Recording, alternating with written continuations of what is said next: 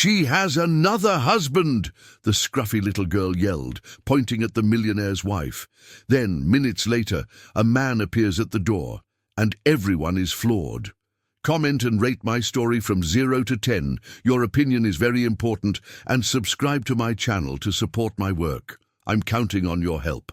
The scream sliced through the muggy afternoon air like a razor, echoing through the cobblestone streets of the historic town at precisely 3 o'clock. The 52-year-old businessman nearly spilled his coffee as he stepped away from the window of his luxury condo. It was always at the same time, always with the same desperate intensity. For 3 weeks straight, that sound had been coming from the clapboard house across the street, a faded yellow 2-story building with peeling blue window frames that stood in stark contrast to the elegance of the modern building where he lived. "Must be a kid throwing a tantrum," he muttered to himself, straightening his tie before returning to his work.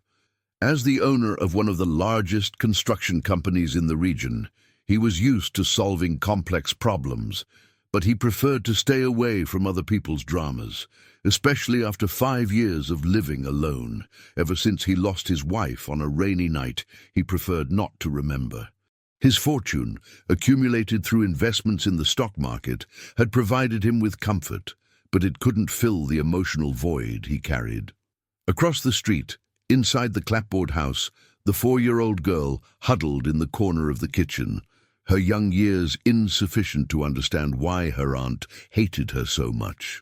The 38-year-old woman held a metal spoon firmly in her hand, having heated it on the gas stove, her eyes red from the alcohol, fixated on the child trembling before her. "You're a plague on this house," the aunt hissed, her voice slurred from the booze she had been consuming since noon at the local dive bar. "Because of you, my sister is gone.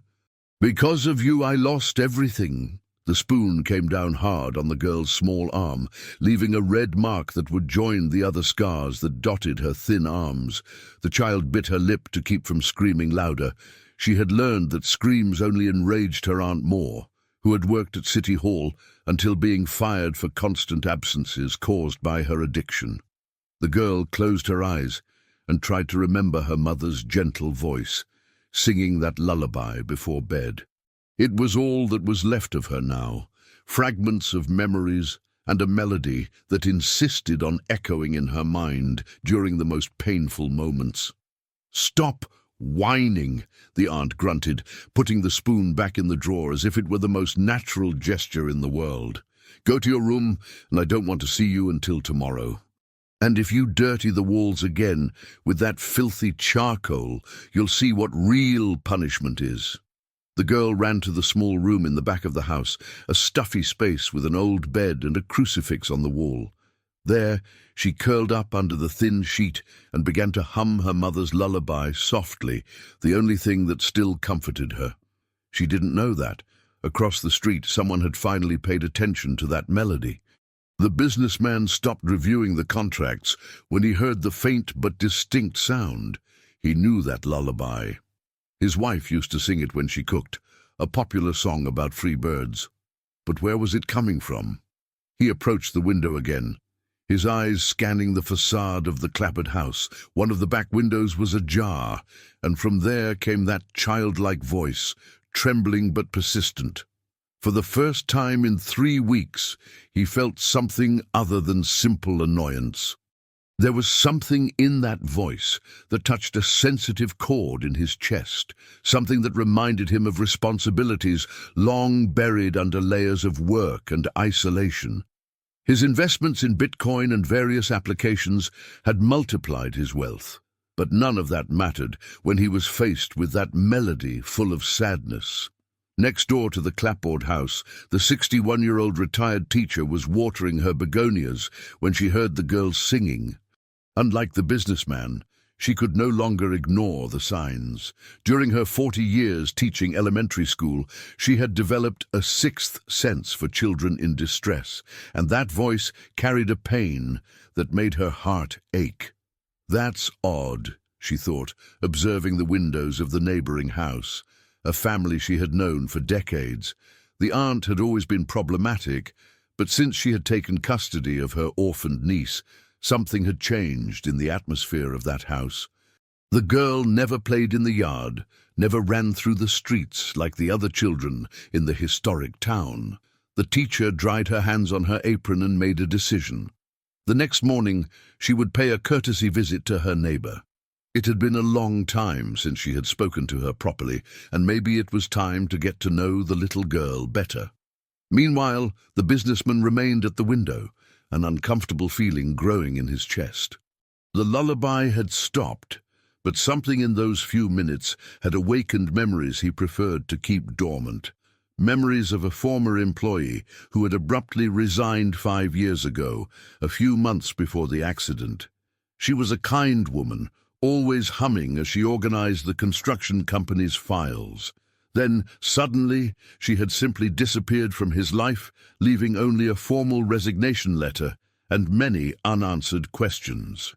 He had never thought of her again until he heard that familiar lullaby echoing from a house where a child seemed to be suffering in silence.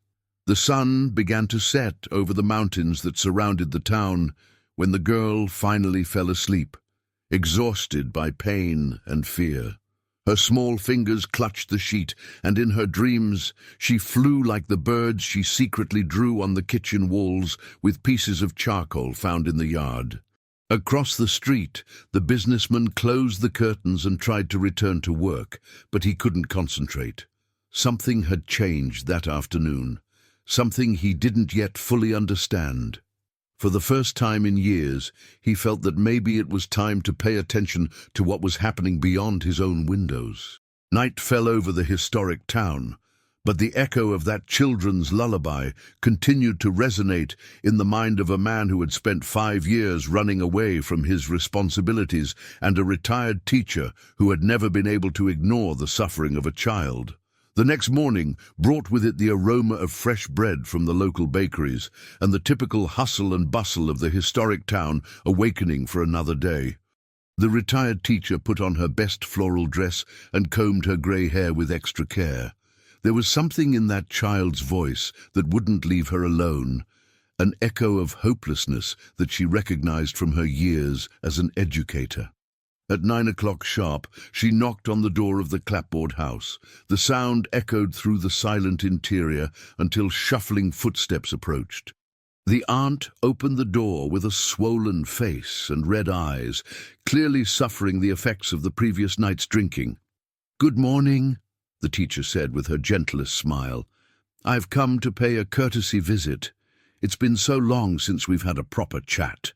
The aunt hesitated, running a hand through her disheveled hair. "Oh, teacher, it's not a good time. The house is a mess." "Nonsense, dear. We've been neighbors for so long." The teacher took a step forward, forcing the aunt to retreat. "And I'd love to meet your niece. I've heard she's a lovely girl." The aunt's face hardened for an instant before forcing a strained smile. "The girl is sick. High fever. Better not to get close."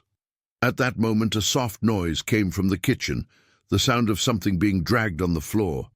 The teacher perked up her ears, immediately recognizing the sound of a child trying to move silently. "Maybe I can help," the teacher insisted. "I have experience with sick children. I raised 3 kids. You know how it is." "No need, no," the aunt replied quickly, blocking the entrance with her body. "I've already taken her to the doctor. It's just the flu. It'll pass soon." The teacher noticed the woman's nervous hands, the way she avoided eye contact, and especially the strong smell of alcohol emanating from her even though it was so early. All the signs she had learned to recognize during decades of dealing with troubled families. Across the street, the businessman watched the scene from his window while eating breakfast. He had woken up earlier than usual, disturbed by confused dreams, where the voice of a child mixed with memories of his former employee. When he saw the teacher at the door of the clapboard house, a strange curiosity washed over him. The teacher finally said goodbye to the aunt, but not without giving an investigative look inside the house.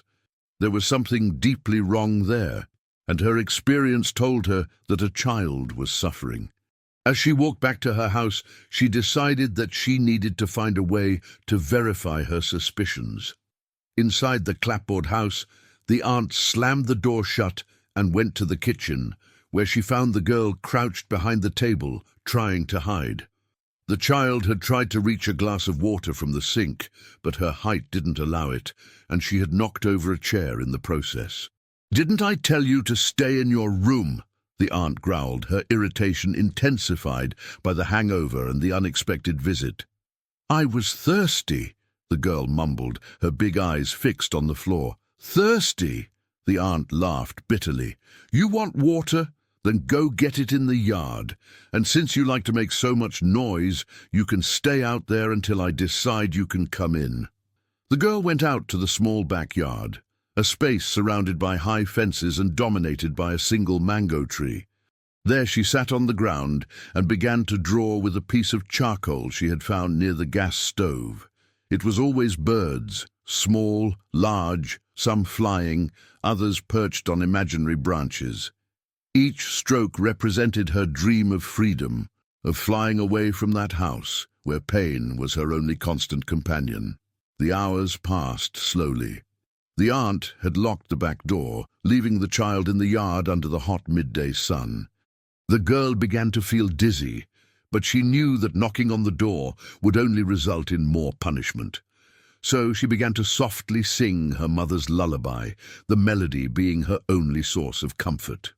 It was that melody that reached the businessman's ears again. This time he couldn't ignore it. There was something too familiar about that voice, that specific lullaby. He picked up his cell phone and, almost without thinking, began to record. He didn't know exactly why, but an instinct told him that he might need that evidence. As he recorded, fragments of memories began to fall into place in his mind. His former employee hummed that same lullaby while working, the woman who had been an exemplary employee until disappearing abruptly, the woman who always spoke fondly about her little daughter, a girl with a specific name that he now vaguely remembered. The realization hit him like a punch in the stomach. The child suffering in the house across the street could be the daughter of his former employee, the kind woman who had worked for him for 3 years, before simply disappearing. How hadn't he made that connection before? The businessman put away his cell phone and began to pace back and forth in his apartment.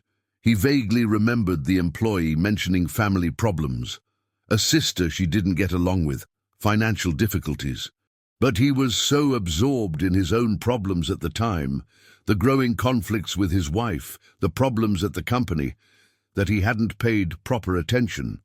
Now, 5 years later, the daughter of his former employee could be across the street, and from the sounds coming from that house, she wasn't in a good situation.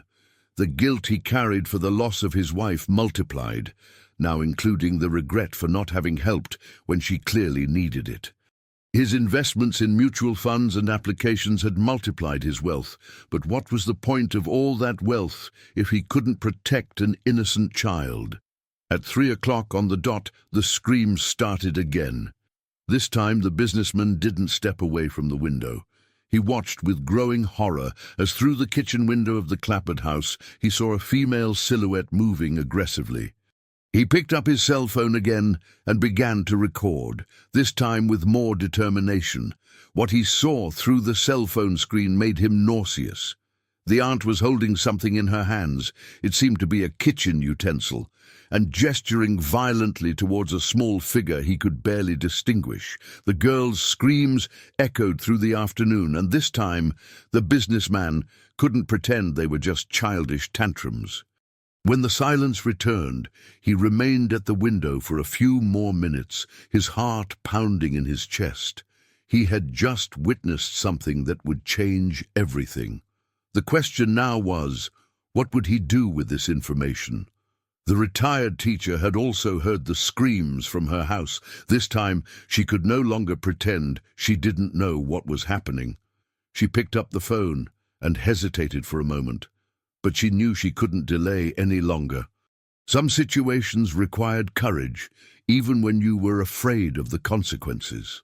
That night, the girl slept on the floor of the backyard, where the aunt had left her as punishment for making too much noise during the afternoon.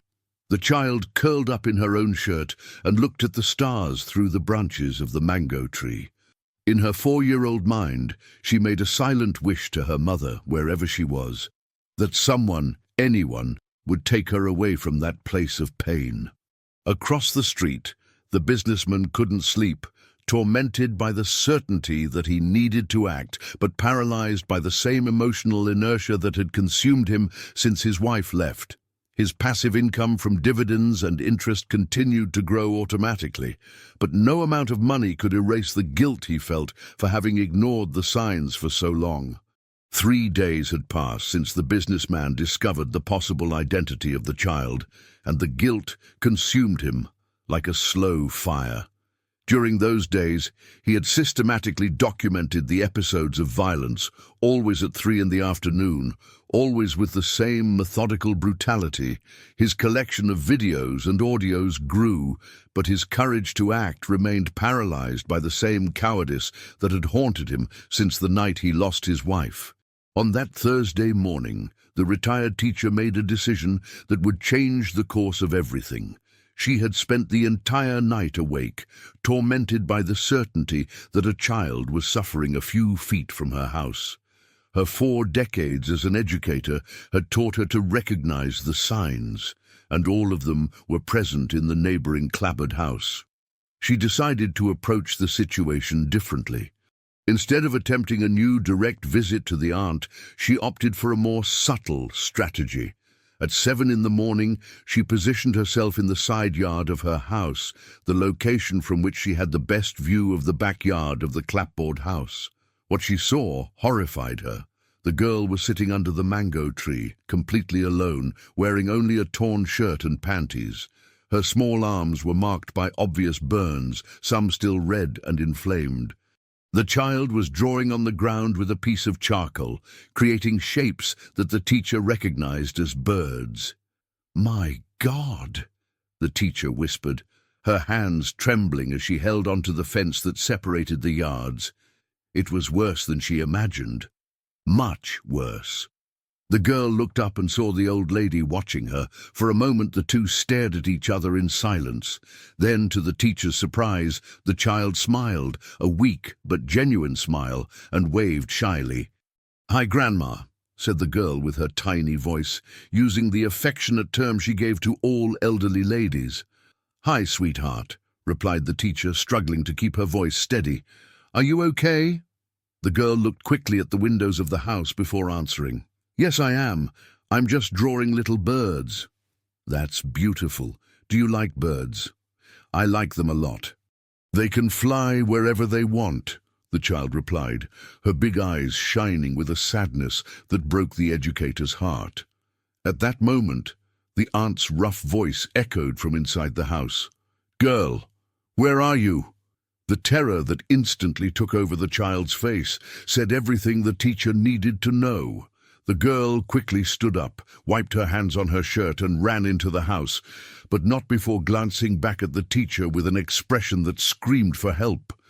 The teacher remained in the yard for a few more minutes, processing what she had seen, the burns, the fear, the way the child reacted to the aunt's voice. Everything confirmed her worst fears. She could no longer pretend she didn't know what was happening. Meanwhile, across the street, the businessman had witnessed the entire interaction. Through his window, he could partially see the neighbor's backyard, and the sight of the marks on the girl's arms made him queasy. For the first time in 5 years, he felt genuine fury burning in his chest. His former employee had trusted him in some way, even if indirectly, even if he didn't know it at the time.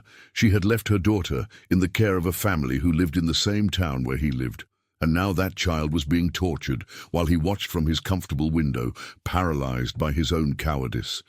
All his capital invested in gold and various assets seemed insignificant in the face of the responsibility he had neglected. At 11 in the morning, the teacher made a courageous decision. She put on her best dress, took a tray of homemade cookies she had prepared as a pretext and headed back to the clapboard house. This time, she wouldn't take no for an answer. The aunt answered the door reluctantly, clearly annoyed by the neighbor's insistence. "Teacher, I already told you it's not a good time." "Dear, I brought some cookies I made yesterday," the teacher interrupted firmly. "And I insist on getting to know the little girl better. As long-time neighbors, it's our duty to support each other."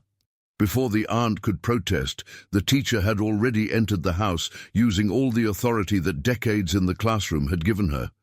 The interior of the clapboard house was dark and smelled of mildew mixed with alcohol. Old, poorly maintained furniture occupied the living room, and there was a heavy atmosphere that made the air seem difficult to breathe. "The girl is sleeping," the aunt lied, blocking the way to the back of the house. "What a shame." "Maybe another time, then," the teacher said, but her experienced eyes had already catalogued several disturbing details. Dark stains on the kitchen floor that seemed to have been poorly cleaned, a metal spoon left on the stove, and mainly small charcoal drawings on the walls that had clearly been made by a child. At that moment, a low sound came from the direction of the kitchen, a muffled sob, almost imperceptible. The teacher and the aunt froze. The silence that followed was tense and revealing. "Must be the neighbor's cat," the aunt said quickly, but her voice trembled slightly. The teacher smiled and nodded, but she had decided that she had already seen enough. "Well, I'll let you rest then. But remember that I'm always next door if you need anything at all." The teacher's tone made it clear that it wasn't just a casual offer of help. It was a subtle but direct warning. After the teacher left, the aunt slammed the door shut and went to the kitchen, where she found the girl huddled behind the gas stove, trying to hide. The child had cried when she heard the teacher's gentle voice, remembering the kindness she had once known. "You were making noise," the aunt accused, her eyes already shining with familiar fury. "No, Aunt, I didn't make noise," the girl protested, but her small voice sounded weak even to her. The aunt picked up the metal spoon that was on the stove and placed it directly in the flame. The girl recognized the ritual and began to tremble. She knew what was coming next. "You want to get attention, don't you?" the aunt hissed as the spoon heated up. "You want the neighbors to come here and ask questions. You think I don't know how to take care of you." Across the street, the businessman had positioned his cell phone at the window and was recording again. This time, he managed to capture not only the sounds, but also partial images through the kitchen window. What he saw made him make a decision that would change everything. He could no longer be just a silent observer. His former employee had been a good person, a dedicated worker who always spoke of her daughter with love. That child was his responsibility now, whether he wanted it or not. His family inheritance and all his net worth accumulated over the years meant nothing if he couldn't use his resources to protect an innocent. As the girl suffered another episode of systematic torture, the businessman made a call he hadn't made in months. He called his personal lawyer and old college friend. "Robert, I need your help with a delicate situation," he said, watching through the window as the child's screams echoed through the afternoon. "It's about a child, and I think it could be a matter of life." The retired teacher had also made a definitive decision. After witnessing the evidence with her own eyes, she knew she could no longer hesitate. She picked up the phone and dialed the number she had written down years ago when she was still teaching and needed to deal with similar cases. "Child Protective Services? I need to make an urgent report about a child in danger." That night, after the aunt fell asleep drunk on the living room sofa, the girl managed to quietly sneak out into the backyard. Her new burns were stinging, but the physical pain was less than the pain in her heart. She sat under the mango tree and looked at the stars, softly humming her mother's lullaby. What she didn't know was that for the first time in months, someone was truly paying attention to her suffering. And that, in the coming days, her life would change in ways she couldn't even imagine. Across the street, the businessman remained awake, finally determined to act, while his conscience weighed every second of inaction that he had allowed that torture to continue. The lawyer arrived at the businessman's apartment on Friday morning with a grave expression on his face. The two men had been classmates in college nearly 3 decades ago, and the lawyer knew well the emotional isolation that his friend had built after the loss of his wife. Therefore, the urgent phone call the previous night had surprised him so much. "I need you to tell me exactly what's going on," the lawyer said, sitting down in the spacious living room of the apartment. "You talked about a child in danger, but I need details." The businessman served coffee and positioned himself near the window, the place that had become his obsession in recent days. "The girl who lives in the house across the street is the daughter of a former employee of mine. She's being abused by the aunt who takes care of her." "Abused how?" asked the lawyer, taking a notepad from his briefcase. "Burns, daily screams, neglect." The businessman paused, struggling with the words. "I have recordings, evidence of what's happening." The lawyer was silent for a moment, processing the information. "This is very serious. If you have evidence of child abuse, you need to contact Child Protective Services immediately." "I know," replied the businessman, running his hands over his face, "but there's something else. The employee worked for me for 3 years. She left abruptly in 2019, a few months before the accident. I never understood why, but now you feel responsible," completed the lawyer, understanding the emotional complexity of the situation. The businessman nodded. "If I had paid more attention at the time, maybe I could have helped. Maybe she wouldn't have needed to leave her daughter with that woman." At that moment, the familiar sound of screams echoed from the house across the street, even though it was only 9 in the morning. Both men turned to the window, and the lawyer could see the expression of anguish on his friend's face. "This happens every day?" he asked, horrified. "At 3 in the afternoon, religiously, but sometimes also at other times," replied the businessman, picking up his cell phone. "Do you want to see the recordings?" The lawyer watched the videos in growing silence, his face paling with each scene. As a specialist in family law, he had seen many cases of child abuse, but something about the systematization of that violence disturbed him deeply. "We can't wait any longer. I need you to give me all these recordings today. I'm going to contact Child Protective Services and the district attorney. This child needs to be removed from that house immediately." While the two men planned the intervention across the street, the girl was living another day of terror. The aunt had woken up with a particularly severe hangover and discovered that there was no more alcohol in the house. Her irritation multiplied when she found new drawings of birds that the child had made on the kitchen wall during the early morning hours. "How many times do I have to tell you not to dirty the walls?" the aunt screamed, grabbing the girl's arm hard enough to leave marks. "You're a plague, a curse on this house." The girl tried to explain, to say that she had dreamed of her mother and that the drawings made her feel less alone, but the words were lost in sobs. At 4 years old, she still didn't fully understand why her aunt hated her so much, why each day brought new pain. "You're going to be locked in the room until I decide what to do with you," continued the aunt, pushing the child down the hallway. "And if I hear even a noise, you'll experience a punishment you've never experienced before." The room where the girl was locked was small and stuffy, with only a high window that she couldn't reach. There, she huddled in the corner and began to softly sing her mother's lullaby, the melody being her only source of comfort in a world that seemed to have forgotten that she existed. It was that lullaby that the retired teacher heard when she passed by the neighbor's house on her way to the grocery store. The teacher had spent the entire night thinking about the conversation with the girl in the backyard, about the marks she had seen on the child's arms, about the atmosphere of fear that permeated that house. The teacher stopped in front of the gate and listened. The girl's voice was weak, but full of a sadness that broke the educator's heart. At that moment, she made a decision that would change everything. Instead of going to the grocery store, the teacher headed directly to the center of town, where the small office of Child Protective Services was located. She knew the counselor well, a former student of hers who had dedicated herself to the protection of vulnerable children.